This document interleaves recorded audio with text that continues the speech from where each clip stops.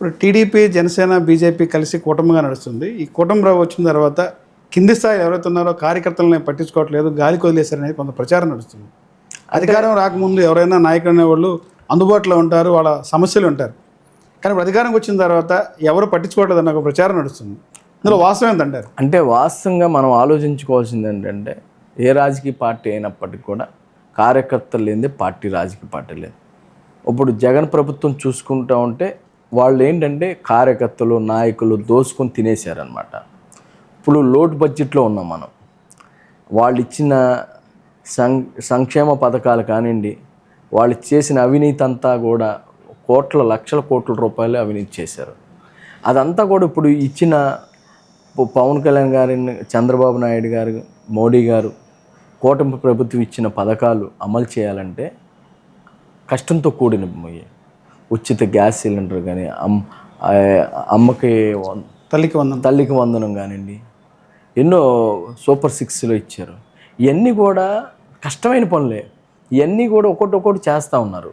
ఇప్పుడు ఇంతకుముందు రైతుకి ధాన్యం కొంటే సంవత్సరం 2 సంవత్సరాలు పట్టేది డబ్బులు వచ్చేది. ఇవాళ 24 గంటలు అవ్వకుండానే వాళ్ళ అకౌంట్లో అమౌంట్ పడుతున్నాయి. అట్లాగే ఉచిత గ్యాస్ సిలిండర్ ఇచ్చారు. అనేకమైన పథకాలు చేస్తూ ఉన్నారు. చేస్తూ పోలవరం ప్రాజెక్ట్ కంప్లీట్ చేయాలి, అట్లాగే రాజధాని డెవలప్ చేయాలి, రాజధాని కట్టుకోవాలి, ఇచ్చిన మాట కొత్త కంపెనీలు రావాలి, ఈ రాష్ట్రాన్ని డెవలప్ చేసుకోవాలి. సరైన రోడ్లు ఉండేవి కాదు. ఇప్పుడు మన ప్రభుత్వం వచ్చినాక పవన్ కళ్యాణ్ గారు పంచాయతీ శాఖ మినిస్టర్గా అయినప్పటి నుంచి మీరు చూస్తూ ఉన్నారు ఎన్ని మార్పులు వచ్చినాయి. అసలుకి మన రాజకీయ చరిత్రలో అలాంటి ఎంతోమంది మినిస్టర్లు ఉన్నారు. అలా చేసిన వాళ్ళు ఎవరున్నారు?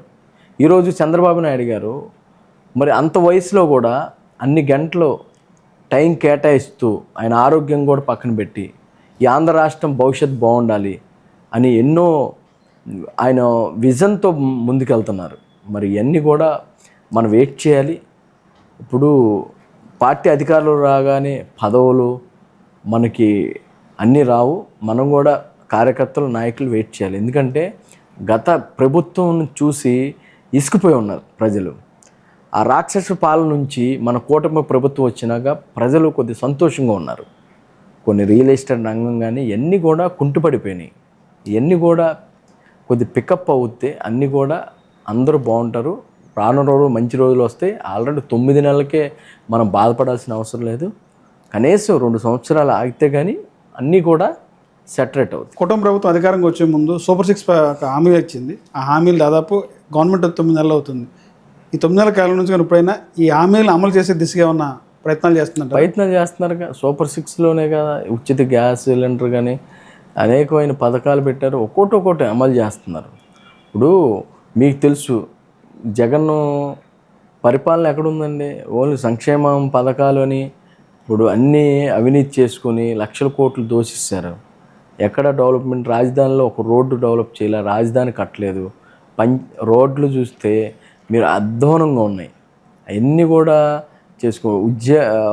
ఎంప్లాయీస్కి సరే జీతాలు లేవు. ఇవన్నీ ఈరోజు టయానికి జీతం లేదు. 3 నెలలకి 4 నెలలకి కూడా పడేవి కాదు జీతం ఈరోజు. గతంలో ఇప్పుడు చూస్తూ ఉంటే అన్నీ 1 by 1 చేసుకుంటూ ఉంటున్నారు. అట్లాగే మన టైం పట్టిద్దండి. టైం ఏది కూడా ఏదో అంటారు చూసారా, పిల్లోడు పుట్టంగానే పెద్దోడు అవడు. కొద్ది టైం పట్టిద్ది. మన కూటమి ప్రభుత్వంలో ప్రజలకు విశ్వాసం ఉంది. మొన్న ఎమ్మెల్సీ ఎలక్షన్లో కూడా చూశారు. అందరూ ఏమన్నారు, ఇప్పుడు కూటమి ప్రభుత్వం ఇప్పుడు ఇబ్బందుల్లో ఉంది, జనంలో అసంతృప్తి మొదలైందన్నారు. మా ఎమ్మెల్సీ ఎలక్షన్లో ప్రజలు ఇచ్చిన తీర్పు చూడండి.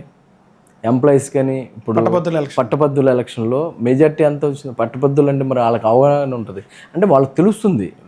ఇప్పుడు ప్రభుత్వంలో ఉన్న వాళ్ళకి కానీ, చదువుకున్న వాళ్ళకి కానీ, ఇప్పుడున్న రాజకీయ పార్టీలు ఏం చేస్తున్నాయి, గతంలో పార్టీ ఏం చేస్తుంది, ఇప్పుడున్న ప్రభుత్వం ఏం చేస్తుంది అనేది అర్థమవుతుంది. ఆంధ్రప్రదేశ్లో ప్రతిపక్ష పార్టీ సంబంధించినటువంటి నాయకులు వల్లభనేని వంశీ కానీ, పోసాని మురళయ్య కానీ ఇలాంటి వాళ్ళని అరెస్టులు అయితే చేస్తున్నారు. ఇది రాజకీయ కక్ష అంటారా? ఎలా స్పందిస్తారు దీన్ని? రాజకీయ కక్ష సాధింపు అంటారా? రాజకీయ కక్ష అంటే అరెస్టులు చేయరండి. వాళ్ళు చేసిన పనులకి వాళ్ళని ఏ శిక్ష చేసినా తక్కువే. ఎందుకంటే ఒక వల్లభనేని వంశీ కానివ్వండి, అట్లాగే వాడు బోరగడ్డ అనిలు వీళ్ళందరినీ ఎన్కౌంటర్ చేయాలి. ఎందుకంటే వాళ్ళు మాట్లాడే మాటలు ఒకసారి చూడండి. సభ్య సమాజం సిగ్గుపడే విధంగా, ఎందుకంటే మరీ భార్యల గురించి, బిడ్డల గురించి, చిన్న చిన్న పిల్లల గురించి కూడా వరస్ట్గా మాట్లాడి వీళ్ళని నాకు తెలిసి అయితే జైల్లో పెట్టి 6 నెలలు, సంవత్సరం ఉంచటం కాదండి, పబ్లిక్లో వాళ్ళకి పనిష్మెంట్ ఇవ్వాలి. ఎందుకంటే ఏ రాజకీయ పార్టీలో అయినప్పటికీ కూడా, అది జనసేన కావచ్చు, టీడీపీ కావచ్చు, వైసీపీ కావచ్చు, ఎవరైనా పర్సనల్గా ఎవరిని కూడా కుటుంబాలను టార్గెట్ చేసిన ఏ వ్యక్తిని కూడా పబ్లిక్లో ఉరిదీయాలండి వాళ్ళని.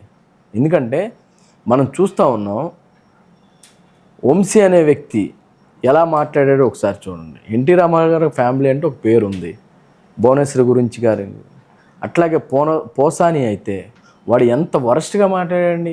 బోరగడ్డ అనిల్ అసలు కాడు అద్దు వరపు ఉందండి. వాడు అసలు మనిషేనా? అలాంటి ప్రభుత్వంలో ఎస్సీల మీద కక్ష సాధింపు అంటారు. బోరగడ్డ అనిల్ విషయంలో ఎస్సీ అని చెప్పి ఈ రోజున ఆ రకంగా చేస్తారు. నిజం అంటారు అది? ఎస్సీలు, బీసీలు, ఓసీలు అట్లా అనుకుంటే వంశీ వల్లభనేని వంశీ ఎస్సీయా? పోసాని ఎస్సీయా? ఎస్సీ ఏంటండి? కులం ఏంటండి? ఎస్సీ అయితే అట్లా మాట్లాడతాడా? ఎస్సీ అయితే ఏదైనా మాట్లాడొచ్చా? ఎస్సీలకి చట్టాలు వర్తించవా? కాదండి. ఒక ఎస్సీ అని ఒక బూతు మాట మాట్లాడితేనే ఎస్సీ ఎస్టీ అట్రాసిటీ కేసు పెడుతున్నామే. ఒక ఎస్సీ దళితుడిగా ఉండి అంబేద్కర్ భావజాలం అని చెప్పి వాడి నోటికొచ్చి ఏదో వచ్చి అది మాట్లాడితే ప్రజలు సానుభూతి ఏమండి, ఎస్సీయా, బీసీయా, ఓసీయా, కాప, కమ్మ ఈ కాదండి, వాడు ఒళ్ళు దగ్గర పెట్టుకుని మాట్లాడాలి. బోరగడ్డ అనిల్ అనే వాడిని పబ్లిక్లో శిక్షించిన రోజే సమాజంలో ఒక మార్పు మొదలవుతుంది. ఎందుకంటే ప్రభుత్వం ఏదుంటే అది మాట్లాడొచ్చని విర్రవీగే ఎదవలకి పనిష్మెంట్ చెప్పాలండి. నాకైతే ఈ కేసులు పెట్టి జైల్లో పెట్టడం అనేది నాకు నచ్చలేదు. ఎందుకంటే ఇలాంటి ఎంత ఘోరంగా మాట్లాడండి అనిల్ అనేవాడు, బోరగడ్డ అనిల్ అనేవాడు ఎంత వరస్ట్గా మాట్లాడాడు. కళ్యాణ్ గారి కుటుంబం గురించి. కళ్యాణ్ గారు మంచి మానవత్వవాది కాబట్టి, ఆయన భావజాలంతో ఉన్న వ్యక్తి కాబట్టి ఇలా కేసుల వరకు పెట్టి వదిలేశారు.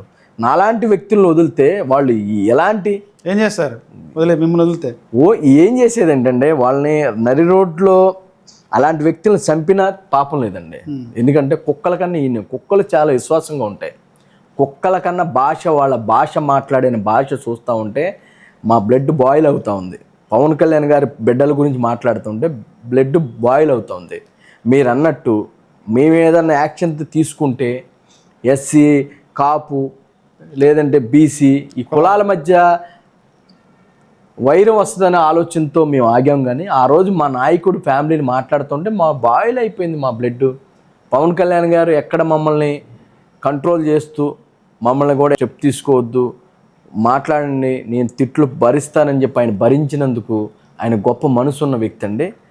బోరగడ్డ అనిల్ మాట్లాడిన మాటలకు ఇంకో వ్యక్తి అయితే వాళ్ళని రోడ్డు మీద తిరగనీయకూడదు, చంపేసేయాలని.